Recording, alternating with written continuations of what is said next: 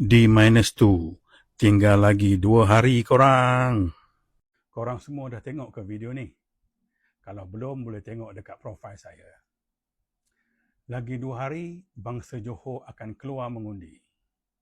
Video ni saya buat khas untuk bangsa Johor.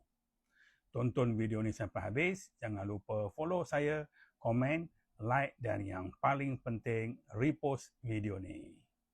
Saya nak tanya pandangan korang semua. Sebenarnya, parti-parti yang bertanding di PRN Johor tahu ke apa yang rakyat nak? Pernah ke parti-parti politik tanya apa yang rakyat nak? Tak ada pun. Parti politik tanya apa masalah rakyat. Itu yang keluar manifesto yang akan menyelesaikan masalah rakyat. Kononnya, kalau kami dipilih jadi kerajaan, inilah janji kami. Tapi bila terpaksa tubuh kerajaan gabungan, macam-macam alasan tak boleh laksanakan janji manifesto tu. Janji manifesto ni umpan pilihan raya. Tapi hakikatnya, apa yang rakyat nak? Mungkin ada rakyat yang tak tahu pun apa yang mereka nak. Rakyat nak dihormati. Menghormati rakyat bermaksud mengiktiraf bahawa mereka mampu berfikir dan membuat pilihan sendiri. Tidak mempelekeh kebimbangan mereka. Tidak melabel mereka hanya kerana berbeza pandangan. Melayan semua orang dengan adil tanpa mengira kecenderungan politik dan menghormati hak mereka untuk bertanya dan menilai. Rasa hormat membina hubungan yang lebih kukuh antara pemimpin dan rakyat. Rakyat nak suara mereka didengar.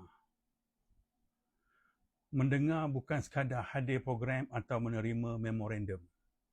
Mendengar ni bermaksud memahami masalah sebenar. Bertanya sebelum membuat keputusan. Mengambil maklum balas dengan serius dan memberi ruang kepada rakyat bersuara walaupun berbeza pandangan. Apabila rakyat merasakan suara mereka didengar, mereka lebih mudah menerima keputusan walaupun tidak semua kehendak mereka dapat dipenuhi. Rakyat tak nak dipandang rendah. Apabila ini berlaku, rakyat boleh merasakan bahawa mereka tidak dihargai sebagai warga negara yang mempunyai hak untuk menilai dan bersuara. Contoh yang kerap sangat berlaku. Soalan dijawab dengan sindiran. Kritikan dianggap serangan semata-mata. Rakyat digambarkan tidak memahami isu dan seolah-olah hanya pemimpin saja yang tahu segala-galanya. Rakyat nak penjelasan yang jujur. Kejujuran lebih dihargai daripada alasan yang berbelit-belit. Tapi korang pun nampak apa yang sering berlaku. Menyalahkan pihak lain, mengelak menjawab, memberikan alasan yang bercanggah dan menafikan masalah yang jelas berlaku. Kejujuran mungkin tidak menghapuskan rasa tidak puas hati, tetapi ia boleh mengekalkan kepercayaan. Sekarang saya nak tanya. Semasa Barisan Nasional, Pakatan Harapan dan Perikatan Nasional jadi kerajaan, korang rasa mereka hormat kita sebagai rakyat ke? Mereka dengar suara kita ke? Mereka pandang rendah kita ke? Dan mereka beri penjelasan yang jujur pada kita ke? Saya biarkan korang semua jawab soalan ni. Soalan seterusnya, sampai bila kita sebagai rakyat nak biarkan perkara ni? Korang sedar tak yang kita sebagai rakyat yang memilih mereka untuk buat kita macam ni?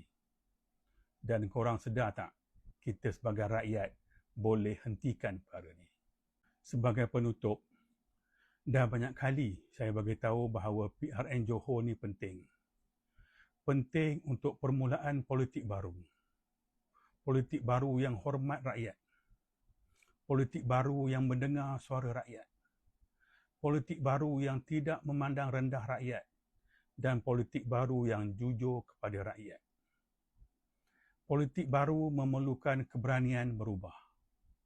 Seluruh rakyat Malaysia mengharapkan bangsa Johor berani membuka jalan kepada politik baru ini. Setiap suara berharga. Setiap rakyat bermaruah. Akhir sekali, saya mengucapkan selamat mengundi kepada bangsa Johor.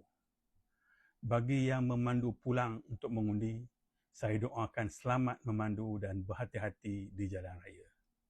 Bangsa Johor boleh, rakyat Malaysia pasti boleh. Ayuh Johor, ayuh bersama. Semoga jumpa di video-video akan datang. Terima kasih. Assalamualaikum dan salam sejahtera. Bye-bye.